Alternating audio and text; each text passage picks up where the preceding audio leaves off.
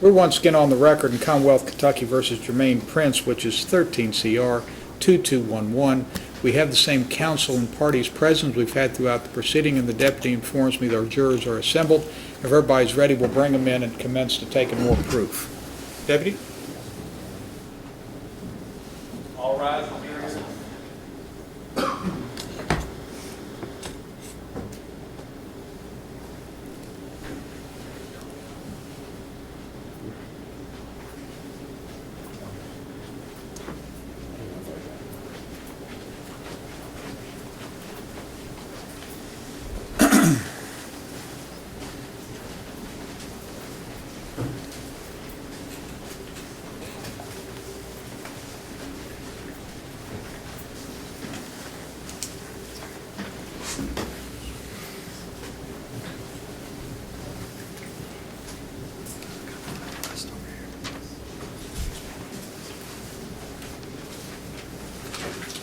All right, everybody may be seated.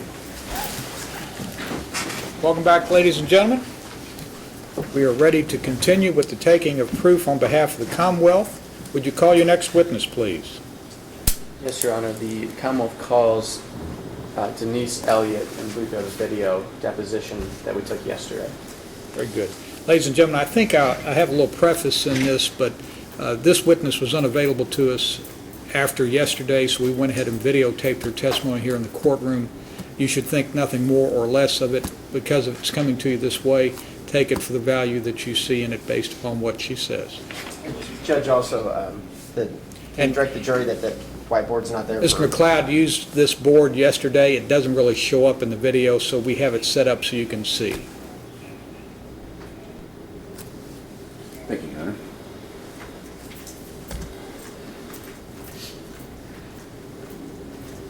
We're on the record in Commonwealth, Kentucky versus Jermaine Prince. We're about to take recorded video deposition testimony of Denise Elliott for that trial. We have Mr. Bronson here on behalf of the Commonwealth, Mr. McLeod, Mr. Heck on behalf of the defendant. And this witness is testifying, ladies and gentlemen of the jury, by deposition because she is unavailable to us later in the week. And as a courtesy to everyone, she has come in today so that we can get her testimony before you.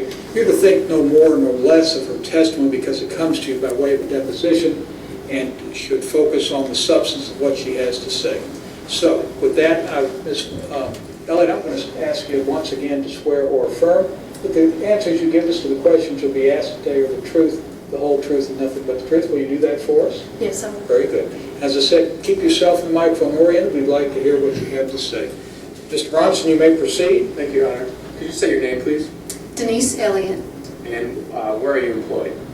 I'm not employed at the present. I recently retired from my position as a forensic drug chemist with the Kentucky State Police Jefferson Laboratory.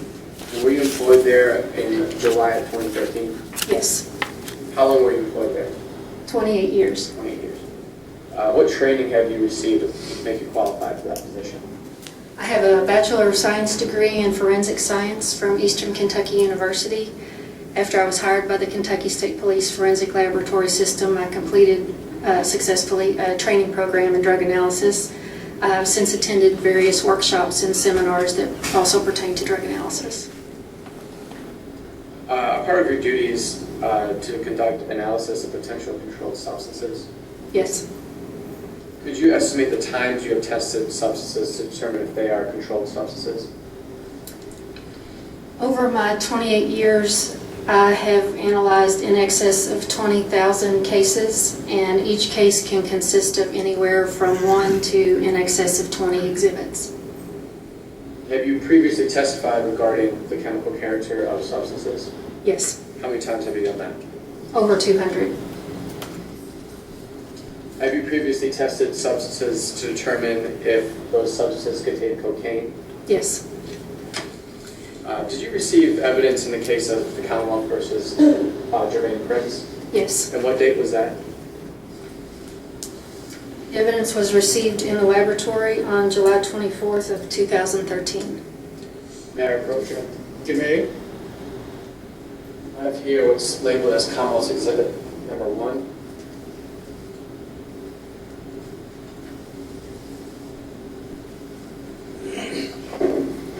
Is this a package you received regarding to that case? Yes. How do you know that? On the front of the envelope, it shows the chain of custody information where I initialed it. Also, where I cut the envelope open to remove the contents to analyze them, I placed my laboratory number, which is a unique identifying number, 13-J-04516, the date and my initials, and also on the back of the evidence is a laboratory sticker with that unique identifying number. So you made those notes in the package? I put my initials on the receipt information, both to the laboratory and back to the agency, and I made these markings across the evidence tape as well. And I placed the sticker on the evidence. From whom did you receive the package? I specifically received it from Jenna Britton, who was another drug chemist at the laboratory at the time. So she received the evidence? Yes, she did. And when you received it, was the seal ripped at that point, or was it still sealed? No, it was intact when I received it. What were the items in the package? Item 1.1 was one knotted piece of plastic containing chunky off-white substance and powder. Item 1.2, one knotted piece of plastic containing chunky off-white substance and powder. And item 1.3, one knotted piece of plastic containing chunky off-white substance and powder. And what did you find that to be? Items 1.1, 1.2, and 1.3 were each found to contain cocaine. And did you test those drugs? Is that how you found that? Yes. Could you open the package for me, please?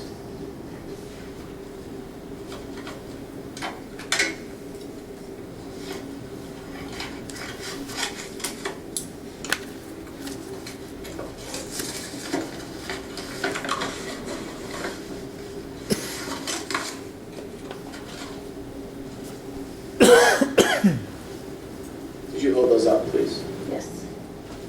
This is item 1.1. Has my unique identifying laboratory number on it, as well as my initials and an evidence tape seal, and the fact that this is a laboratory bag that I placed the evidence in. This is item 1.2. It has the same markings, and this is item 1.3. It also has the same markings and seal. Thank you. And what type of tests did you perform on those?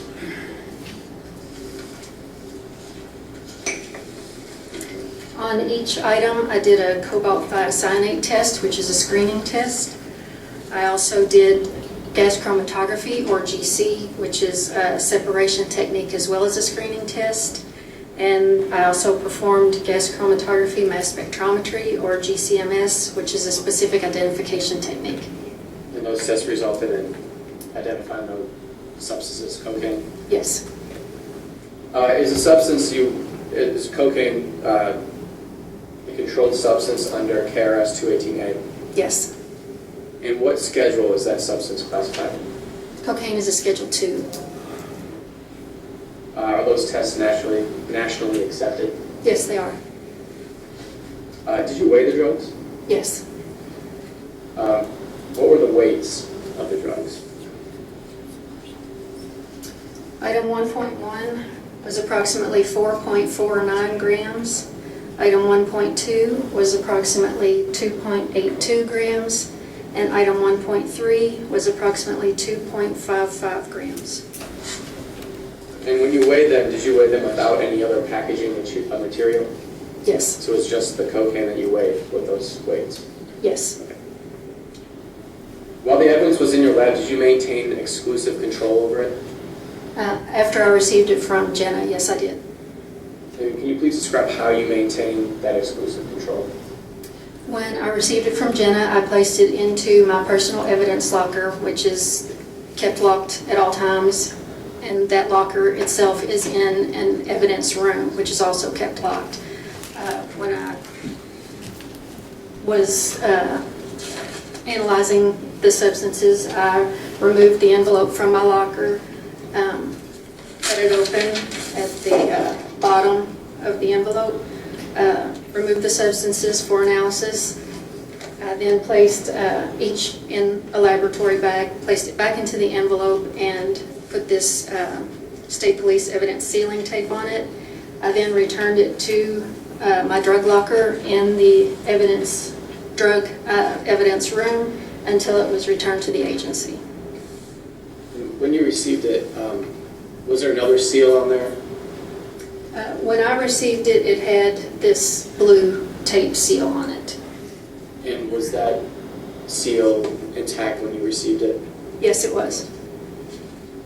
Is it still intact right now? Yes, it is. At some point, did you repackage all the evidence? Yes. And you replaced the tape? I cut the envelope open here to remove the contents, and then I placed this red state police sealing tape over that cut and initialed it.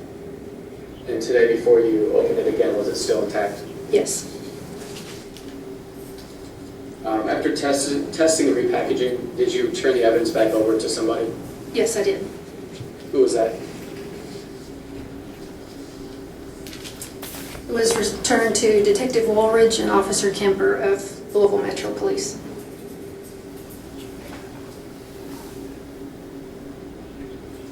I have no further questions, thank you.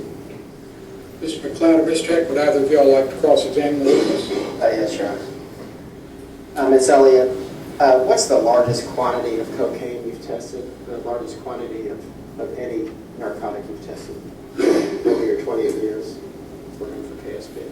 I can't remember the exact weight. I have tested kilogram quantities of cocaine before and pounds of marijuana before. Okay, when you say kilograms, let me ask you, have you received 10 kilograms of cocaine in your office? In your control? Not at once that I can recall. Okay, 5 kilograms? Do you remember the largest? I don't recall, I'm sorry. But you said kilograms, so. Yes, I do kilograms. remember having kilogram blocks of what later turned out to be cocaine in my custody at evidence that was submitted that I received and analyzed. Okay, what's the smallest amount you've had? Residue amounts. Residue amounts, and Yes. do they consider that trace evidence? Well, that would be, I'm sorry, I would draw that question. Judge, can I get the whiteboard? You may.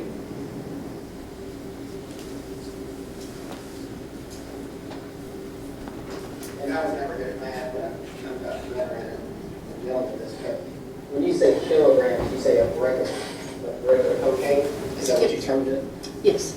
And how many grams would that be? A kilogram is 1,000 grams. Okay. Is that the largest, or did you say several grams?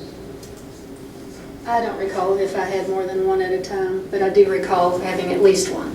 At least one over your 28 years? Yes. And then the trace amount might be 0.0.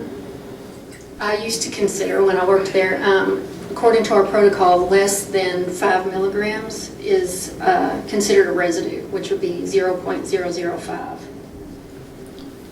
Okay, now when you, in here, what would you say, roughly it's 10 grams is what you were given to analyze in this case? Yes. Is that correct? Okay, so 10 grams.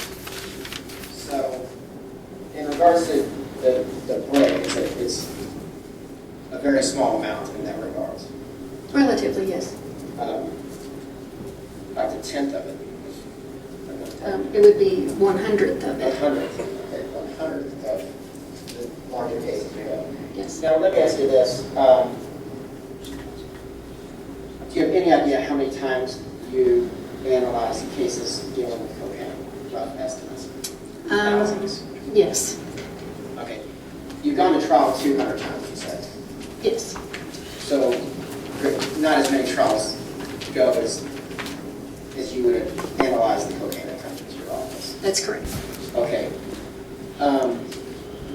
When you're trafficking, or let me ask you this. Would you receive, you said up to 20 exhibits, would you receive more and not test them?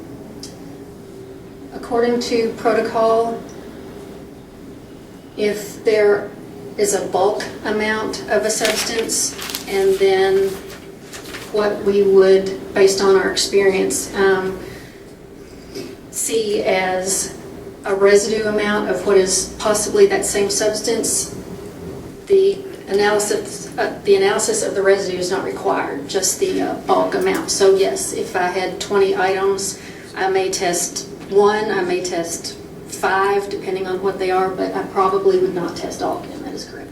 Okay, so, but you received more than 20 items, like on March.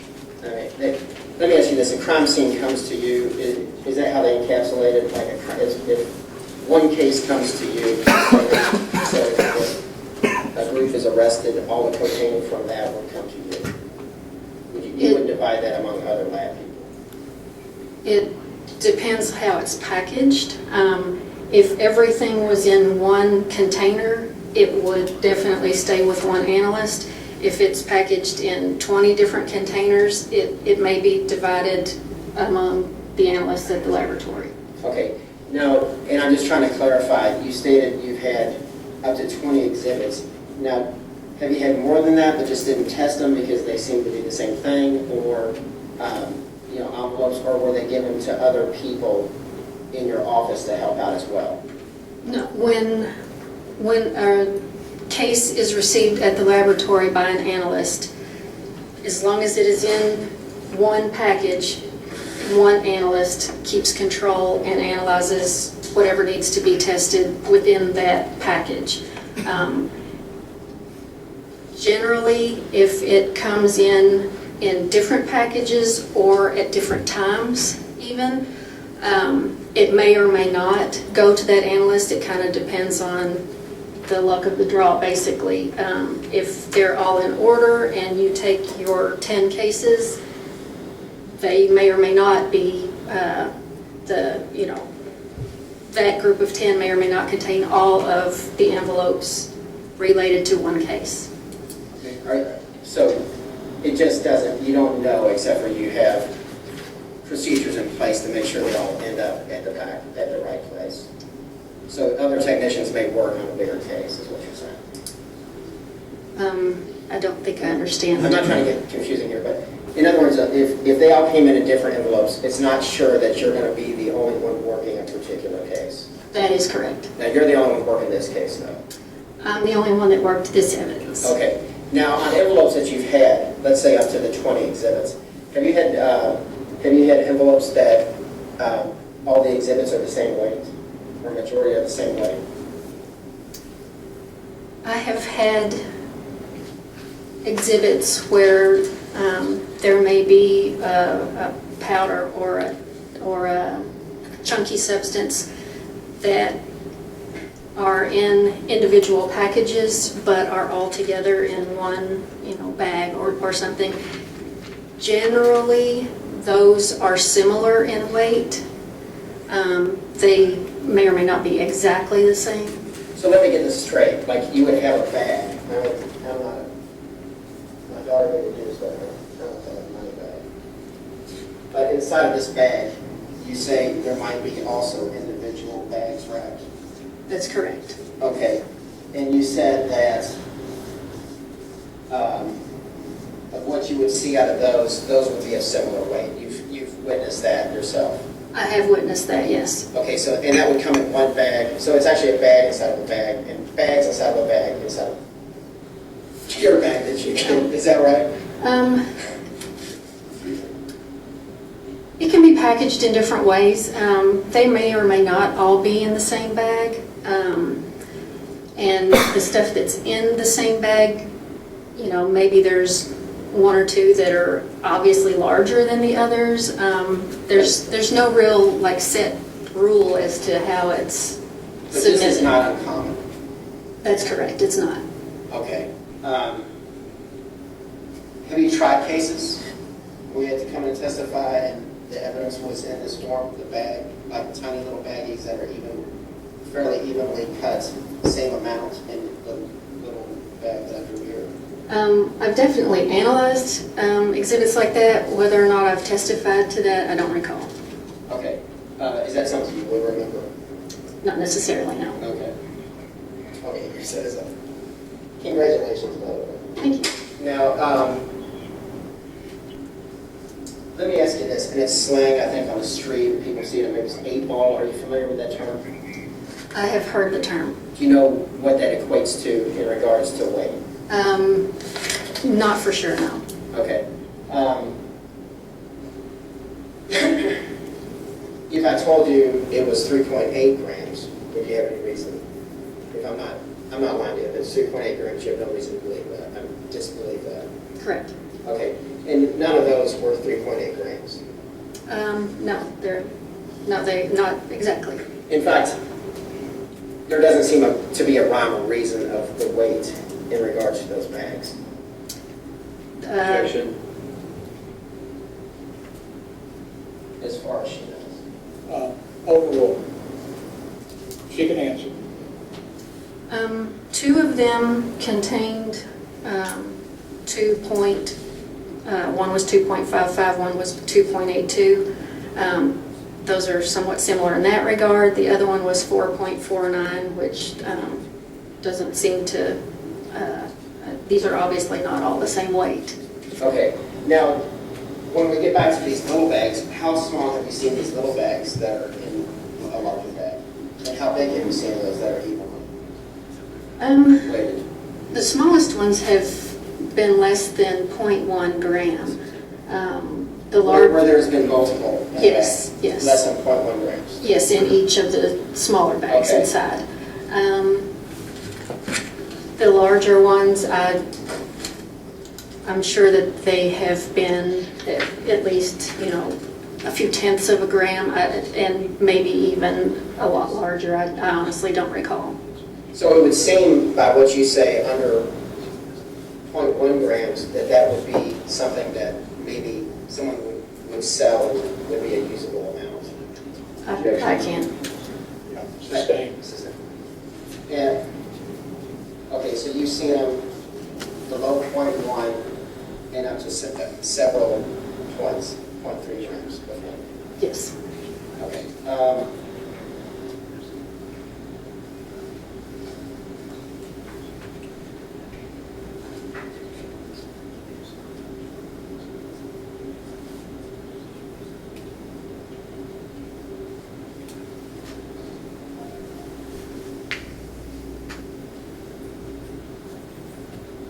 Judge, I have no more questions.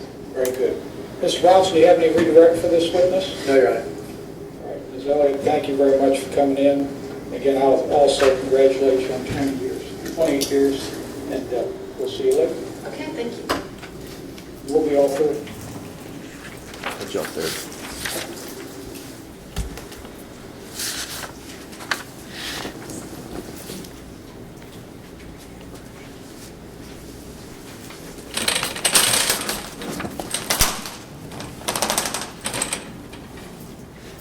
Thank you, Deputy. Would the Commonwealth call their next witness, please?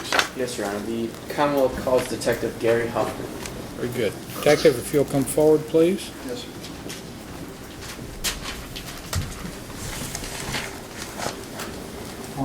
Good morning. You know the drill. You're going to be asked questions this morning. When you are, we'll need you to swear or affirm that you're going to tell us the truth, the whole truth, and nothing but the truth with your answers. Will you do that? Yes, sir. Very good. Please orient yourself in the microphone so it picks up your voice. We'd like to hear what you have to say. Mr. Bronson, when you're ready. Thank you, Your Honor. Good morning, Detective. Can you please state your name? Good morning, it's Gary Huffman, And where are you employed? Louisville Metro Police Department. For how long were you employed there? I was hired in August of 1997 by then Louisville Police Department. Was sworn in January of 1998. Then rode different assignments on different shifts, mostly late watch on patrol, up until, let's see, 2001, September of 2001, I joined the homicide unit prior to merger. I remained there through merger through September of 2008. I then went to the Criminal Intelligence Unit for Special Operations around September of 2008 and remained there through a transition period into Narcotics Intelligence Division and now the Narcotics Division over a period of time. I think that was referenced earlier with Sergeant Chardine. Around January of 2011 to April of 2013, I was the gang coordinator for the entire department. And then since that time, I've been primarily doing just narcotics, the major case unit. So you started with narcotics investigations in about, what, 2008, 2009? Yes. Intelligence was other duties as well. They were more specialized investigations at the discretion of the chief's office. However, it certainly involved narcotics. And have you had any training Involving? first just police work? Yes, on-job experience is the best training you'll have. That's with every officer, detective from day one. And then you also have mandatory trainings each year, and you also have voluntary trainings that fit your requirements for the year. I've had several narcotics trainings in recent years as well, both mandatory or voluntary. And specifically with narcotics, have you had any training? Yes, over the last several years, we have conferences each year that we attend, and we have trainings in-house and both with other agencies based on the discretion of the department. And how many narcotics investigations have you been involved with? Several hundred. I mean, it's hard to put a number on, but you're either lead or assisting in others, and it's a daily thing. If you're not working on a case you're working on one of your partners. And throughout your career, have you dealt with drug dealers? Yes. And have you dealt with drug users? Yes. In the narcotics division, do you mainly focus on drug users or drug dealers? Our focus is drug traffickers, dealers. However, you're going to be involved with the users as well in lieu of those same investigations.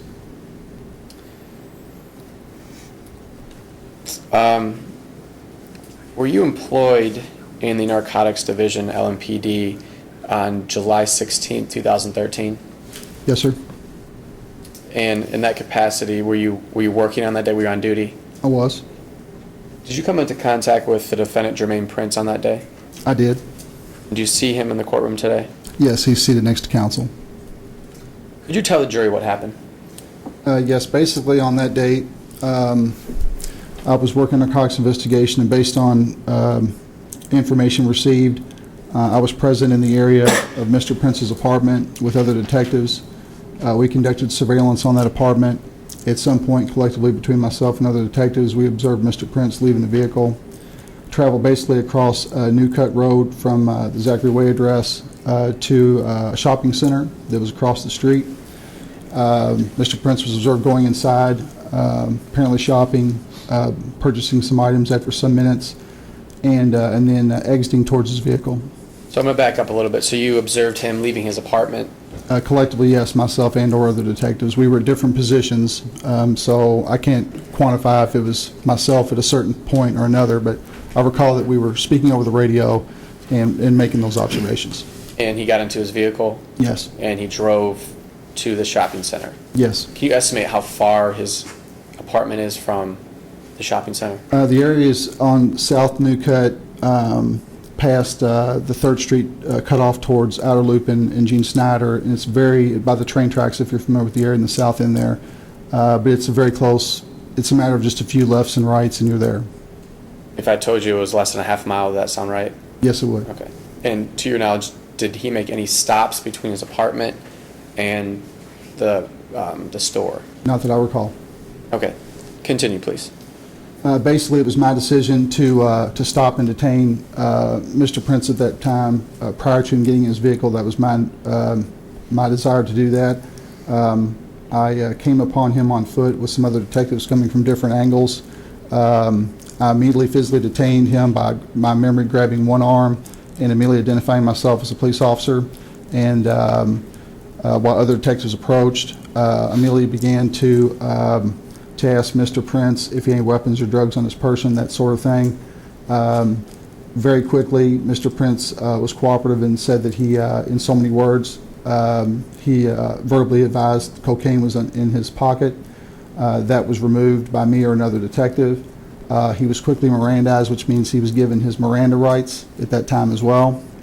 And then very quickly, just a few minutes later, I solicited or asked him for a written consent to search of himself, his vehicle, and his apartment nearby, which he granted. And was that the slip that was introduced into evidence by Detective Chardang earlier? Yes, that was a copy of that. The original's in the file. Okay. What happened after that? Basically, after having K-9 come by and review Mr. Prince in the vehicle, since we were there in the parking lot, I recall the K-9 giving positive alerts on the area of his pants where the cocaine had been taken from, which was 2 separate bundles packaged in plastic. I recall that the K-9, which was Marco, also alerted on the driver's door area of his vehicle, or the vehicle he was driving at least.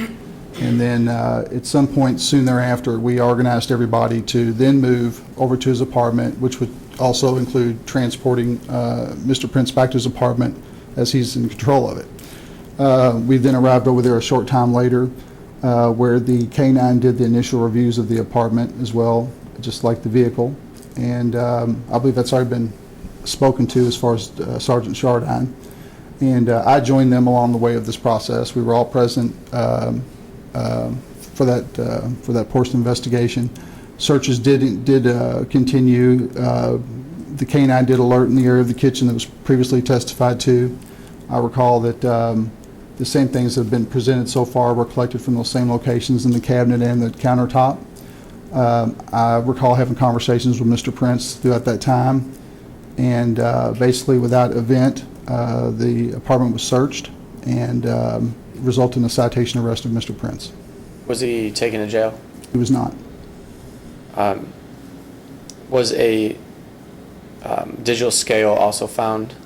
Yes, there was a third plastic bag of suspected cocaine in a cake box or mixed box up in the cabinet in the same general area of the previous alert, K-9 alert, and there was a set of digital scales in the kitchen counter, I recall. And it's synonymous with the pictures that have been published. The 2 last pictures here labeled as Commonwealth's Exhibit Number 2 and Exhibit Number 3. Your Honor, may I approach? You may.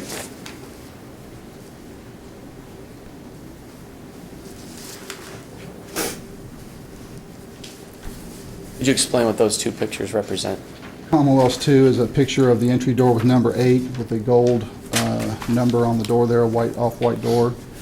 And Commonwealth's number 3 is a picture that I believe I took, which was a picture of the consent to search with a Kentucky OL picture, or the Kentucky OL on top of the consent with the 2 aforementioned packages from Mr. Prince's person, and apparently my blue ink pen laying here on the bottom. Would you like me to describe what's written on the consent? Yes, please. It's a standard form that's in miniature form of our larger standard size. It's a little bit smaller. It's about this size, so it's easier carry. And the date that I filled out was 7/16/13, and I put a TU for Tuesday. The time is 13:50 hours, which is 1:50 p.m.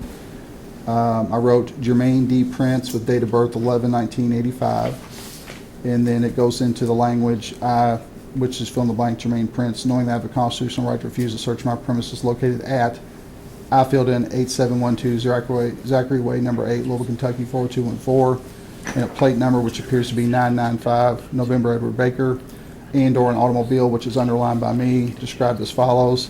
I put self plus car plus the exact address we mentioned, hereby authorized, and normally in that point you put detectives of the Louisville Metro Police Department who are conducting an investigation concerning, and its narcotics investigation. The word narcotics is covered up by one of the bundles of suspected cocaine, to complete searches of these, and it goes into the other language which is covered up, the premises, and take any evidence pertaining to the investigation. On the top line with an X, it says, there's a signature by Jermaine Prince, which I witnessed him signing, my signature, and then a signature of Jimmy Adams with his code number. Thank you.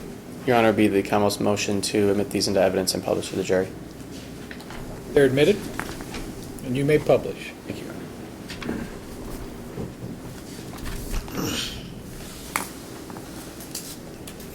Detective Hoffman, would you please open up that envelope there and tell me what you find there? In this one? Yes, sir.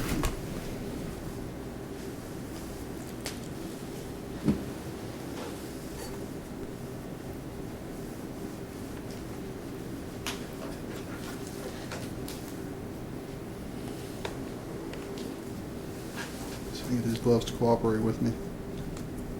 Gloves are a little small.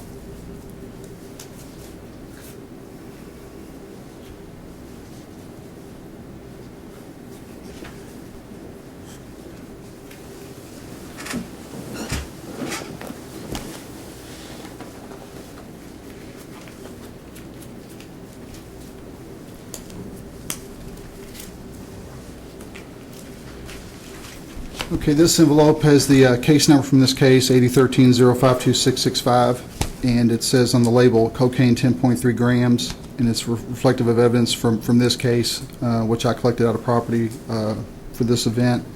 And inside, we're going to have, this is over yesterday by the aforementioned witness from KSP. It's now empty. Has 3 different sealed evidence bags with a unique identifying number from the KSP lab, and we just publish. Yes, Your Honor. Can we publish to the jury? And Your Honor, can you step down and show the jury more closely? He may.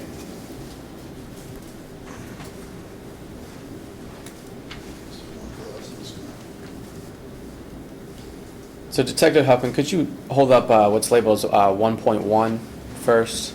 Yes, I'll have to see which one that is. The label might not indicate which one it is. Markers.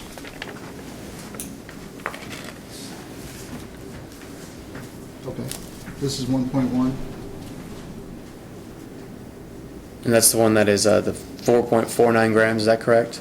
Yes, my understanding is that's the larger of the 3. And that's the one that was found inside Mr. Prince's apartment? That'd be correct.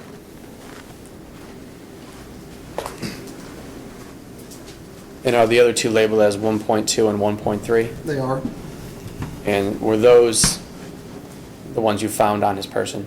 Yes, that's consistent with which individual packets were which. Now, I want to talk about when you first stopped him. Did you look at his cell phone? I don't recall if Mr. Prince had a cell phone with him there at his apartment. It would be not my normal course of business to ask to see a cell phone. Couldn't imagine myself not doing that. However, I don't recall if he had one or if it was provided or if there was a refusal. So through your hundreds of narcotics investigations, you usually ask someone if they have a cell phone? Yes, and you ask if permission is granted, I would certainly do that, and I would note it on the consent as well. And then also, if I found anything of evidentiary value, I would at least photograph it. Okay, so it's your memory that you're through your normal course of business as a narcotics detective, you ask if you can see their cell phone. Yes. And if they say no, you don't write it down. Right. If there's something relative to evidentiary data, I would certainly document it, and I would certainly document the consent part of it. But I just don't. Since there's a lack of that, I don't recall being given permission. But I could not imagine me not asking. Okay. At this point, I'd like for you to kind of educate the jury a little bit about the drug trade. You've established you've got a lot of experience, done hundreds of investigations. Could you first explain to the jury the difference between a drug user and a drug trafficker? Well, a drug trafficker is going to be someone that's interested in the profit part of it. It's highly profitable. And that could be from the most, unbelievable amounts of millions of dollars all the way down to someone who's just trying to make extra money. You also have the scenario where someone's a seller and a user, but dealers typically are after the profit of the money. And I'll be glad to expand on that or however you'd like. Sure. Let's talk about the sorts of drug paraphernalia you find on each. So let's talk about drug users first. Someone who's addicted to cocaine and a user, what sort of drug paraphernalia will you find on them usually? It depends on the way they ingest it. If someone's intravenous user, they're going to have possibly syringes, needles, caps from needles, torn baggie tips, a load kit or a syringe kit where you might have a towel for an arm. They could have a cook spoon for burning out the impurities and then soaking up the rest with a liquid such as water, and for the injections. If someone is smoking it, inhaling it through a pipe, they could have any kind of a piping mechanism. It could be a glass pipe, it could be a piece of aluminum, it could be a straight metal tube that will handle the heat with some chopper boy, scrub pad behind it or anything to act as a screen so that it will stay in place where it's burning. or if someone is snorting it, inhaling it through their nose. They could have straws, cut straws, rolled up dollar bill, anything that would facilitate the ingestion of the drug. Did you search Mr. Prince? Yes, myself and or the other detectives. I think my primary focus was Mr. Prince during this entire event, but if I'm not searching, the detectives were. Did you find any pipes on him? No, Did you find any syringes on him? no, Did you find any spoons on him? no, Did you find any straws on him? no. Did you find any rolled up dollar bills on him? Nothing that indicated a user situation to me. Did you find any sort of drug paraphernalia that is typical with drug users on him? I did not. And I'm sure if it had been, it would have been brought to my attention. When you went into his apartment, did you find any of those things in his apartment? I did not, nor was it brought to my attention. Okay. Now let's move on to drug traffickers. What sort of drug paraphernalia do drug dealers usually have? They're going to have, obviously, a containment item. If you're going to bag up, you're going to have baggies. If you're going to have, you want to make sure your profit's right and you're not getting ripped off by buying it or selling it in lesser amounts, you're going to have scales. You're going to have some way of measuring these items to make sure that you're not losing money. Any successful or dope dealer that's going to be out here that doesn't want to lose money is going to have a digital scale. They've got to make sure that they have a way of measuring it. In the old days, when people sell marijuana, they'd have these postal scales that would very crude, not very accurate, but they'd be a way of measuring to make sure you weren't losing money or losing product if you're the buyer. But digital scales would be a primary thing you would see. What's been talked about, certainly cell phones. Cell phones, commonplace these days. Social media, narcotics is involved in all that. So you would find that sort of thing. You might find ledgers. You might find, keeping track of the money. How it's going in, going out. Anybody selling dope does not want to lose money. So all those types of things, could be found. Now let's focus on digital scales because that's what was found here. Do drug traffickers usually carry the digital scale with them when they're walking around, or do they usually keep it in their home? I think it's more common to find digital scales where the narcotics are kept and where they're not in a hurry and they're not doing things in front of other people so they can conduct their business. So digital scales are certainly more prevalent, in my opinion, at a residence or a location versus in a pocket or in the door sleeve or things like that. Now, they do occur and you do find them there a time or two, but for the most part, you'll find them wherever the drugs are kept at a place, a specific location. Okay, thank you. Now, can you explain to the jury what a bindle is, a small bindle, as far as cocaine? Right, a bindle would be kind of like a small bag. There's all kinds of ways to sell narcotics, and it could be any type of narcotics. If somebody's looking for a bindle, it could be a very small pack of $10, $20, half a gram. It can be broken down into normal seller amounts. But anybody that wants to buy it, if they make a prearrangement of, I want so much of this or so many of these tablets, all they have to do is ask for it or say, this is how much money I have, just give me that much money's worth. It really just depends on the arrangement between the seller and the user.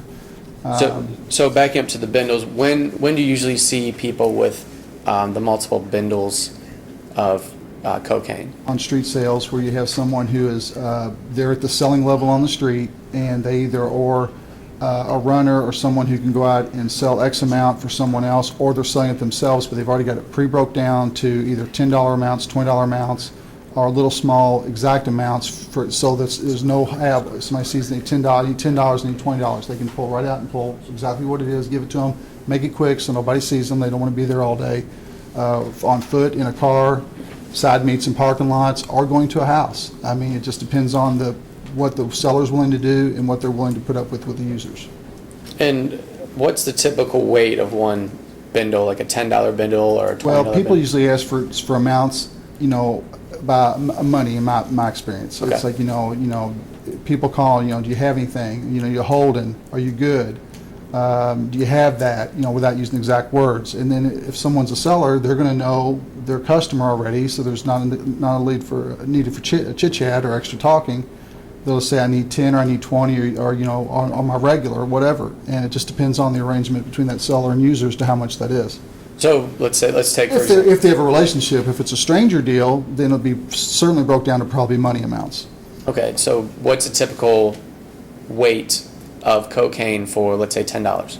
Well, it just depends. It'd be a very small amount of a gram. That's to be like a hit or a dose or a bump or something along those lines. That's someone who's a street user that is just wanting that little fix for right this second, that type of thing. And they know who they can go to or a group of people they can go to in a certain area, and they'll just show up and look for somebody or have a prearranged meeting or what have you, and it'll be that very small amount of that gram, and that kind of, because a gram could be, for cocaine could be $60 up. It depends on the purity and how good it is or how much someone's willing to pay, because it's going to have cut in it. It's not going to be originally purity as it was originally. A lot of people have handled that before it got to that street level. So does it sound like 0.2 grams of crack cocaine or cocaine? Is that a normal amount for one hit or one Well, bundle? I think it's just more broke down to the amount of money. Okay. Versus So it depends on the purity and everything. Well, it just depends on if it's a stranger deal or if it's somebody they know. Okay. They're going to be a regular thing of buying $10 worth, $20 worth, and the seller knows how much that's worth, and the buyer knows how much that's worth to them. Okay. And it's really based on the purity and all that. There might be a relationship with them, maybe there's not. Some people show up to areas and just look for somebody to buy from. Others know I sell to these 20 or 30 people, and that's who I'm going to meet with. Okay, you mentioned this before, and I want to focus on this. The dealers that sell in a larger amount that aren't on the streets. Can you explain to the jury how that works if dealers holding something like here, like 2.55 grams or 2.82 grams? How does that deal work? Well, it just depends. It depends on if someone, the relationship they have, they trust them. Depends on how much they've dealt with them before. They usually have a regular buying pattern because they're in a selling pattern because they know who they are, and they could ask for a gram or they could ask for 80 or it just depends on that relationship, and it depends on. There's so many variables to it about how the things are broken down, and it just depends on who's selling and who's buying. So is it fair to say that if I call my dealer and say, hey, can I get this much worth of cocaine, then the amount will vary? Well, it could because dealers, have a lot going on. They have their lives going on and they have their dealing going on, and someone might want like a couple grams or so much, and then they don't have it ready to be cut yet, and then I'll have to get with you later because I've got to go back to my place and take care of it and maybe change the weight until it's ready for sale or that sale amount's figured. It could be in any quantity. It just depends on the relationships, and of course the sellers or the buyers are always there, and the sellers are going to meet them when they can. It's so many variables to it. It's hard to put in a specific thing. But typically, it's sold by it's money is by kilogram, half a kilo down to several ounces, half an ounce, and it goes down. But once you get to the buyer level, that's more of your people that you're buying their daily quantities. Is the best answer I can give you. Okay, thank you. Do drug dealers sometimes use drugs? Yes. Is that fairly common in your experience? I'd say it certainly comes up. And also, drug dealers, do they usually have legitimate jobs as well? Yes, very frequently. So, some people do and don't, but I've come across that several times where people are gainfully employed that are sellers. Now, you decided to charge Mr. Prince with a trafficking charge as opposed to a possession charge. Yes. Could you explain to the jury why you chose trafficking as opposed to possession? When we stopped Mr. Prince on that particular day, and based on what he had on his person and was seen leaving his apartment, and based on what was found there and how they were packaged, and what was not found both with him and his residence, it was much more consistent with me that he was trafficking versus using. So I chose ticks instead of pox. In ticks. Trafficking instead of possession. And can you kind of go in the details of, kind of break it down? You saw this, you didn't see this, you saw this, and... Well, looking at it in its entirety, if you have a user situation, and whether it's in the car or in the home, and you go there, and there's a lack of say it's cocaine. You go in the house, there's not a tray somewhere that has residue, and there's razor blades, and there's a cut straw, and there's or a pipe that looks burned like someone's been smoking out of there that's not a marijuana pipe, or there's not a needle kit if they're intravenous users. Based on that, we have someone leaving an apartment that now has 2 larger size bags of cocaine, not very small, like $10, $20 bag, you would be a user situation. Why would you take those from the house? What's the purpose? And then once you go back and there's a larger quantity there that's present, and the scales are there, and there's absolutely nothing there telling you that's right in front of you saying it's a user situation, then it's more consistent to me that it's trafficking versus possession. So you mentioned that the 2 amounts of cocaine he had on his pocket, you call them larger amounts for a user? Well, I mean, they were. Let me look at the weights on them again. One was 2.82 grams and one was 2.55 grams. Yes, users, I mean, in general terms, are going to have a $10 bag, a $20 bag, a half a gram. They're going to have smaller amounts tied up in a little bitty end of a plastic bag because they're interested in that little fix for right now or for a little bit later. As soon as I can use it, I'm going to use it, just whatever my lifestyle allows. I don't see the logic in carrying two plus gram bags that's knotted up that look pretty much identical to another location, and that doesn't make sense to me as a user. It does to us as a seller. Now let's talk about the amount of money that these type of drugs were worth at the time. Could you give an estimate, a range of, and again, it's 2.82 grams, 2.55 grams in his pocket, and then another 4.49 grams at his home, which is a total of 9.86 grams. Could you give the jury an estimate of how much that would cost somebody in 2013 on the street? Well, cocaine hasn't been as prevalent. I mean, it's still around, obviously. It's here in front of us, but being methamphetamine, heroin are the big things now in spice, since pills, heroin's come in from the pill market. Cocaine's always been pretty stable, but goes up and down. I'd say that's probably anywhere from $400 to $600 worth of cocaine, depending on purity, somewhere in there maybe. Okay, let's talk a little bit. You kind of touched on this before. That cocaine is chunky. Is that right? Yes, it appears standard to a chunky substance that is synonymous with cocaine by appearance. Where do those chunks come from? I think cocaine is powder. Where do those chunks come from, and why do drug dealers do that? If you had originally there was a kilo at some point. It's they're about this. They're about this thick, this long, about this wide. They're very thin, about that height, but 1,000 grams of whatever product it is. And they have presses that press these drugs down into these forms. It could be heroin, methamphetamine, depending on the type of methamphetamine, and cocaine. And they press this stuff out, and so now it's in a more solid form from a powder form. And then as it's packaged and handled from where it originates up to the border and out to the different cities, different people get a hold of it and they break it down into their quantities for sale. And it gets from one amount to smaller amount if it's broken down at all. Sometimes they arrive here in kilo form.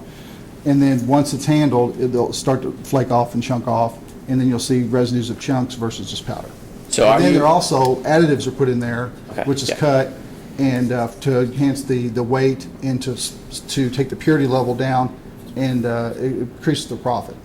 So you're saying that as the amount of drugs are distributed down the line, each time there may be some other substance added to it to increase the total weight? Yes. And increase the profit. Yes, right. So the purity is going down and the weight's going up, and then there's profit. Profit is based at all those tiers, depending on if it got broke down or not.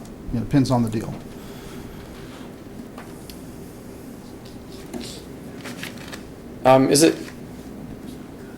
Would you say it's fairly easy to get cocaine in Jefferson County, Kentucky, Yes, if you wanted to? Yes, if you know who to get it from. I mean, drugs are a huge problem. They've always been a problem, and I think they continue to be a problem. And like I said, right now, methamphetamine and heroin specifically are our largest battle. Spice is a huge battle right now as well. And the pills were a big problem until the heroin took that market over. So it's an ongoing thing. It's been around for a long time, and as long as the profit's there, I think we'll continue to have those substance problems and those abuses. Can you give me one moment, Your Honor?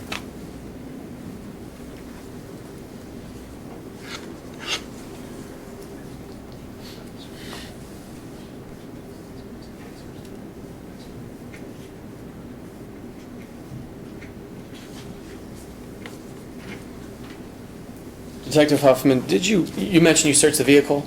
Yes. Did you find? Our other detectives with me did, I should say. Okay, and was there what was found in the vehicle? Any drugs in the vehicle? My understanding from conversations with the K-9 officer and others was that there was the alert on the... You may.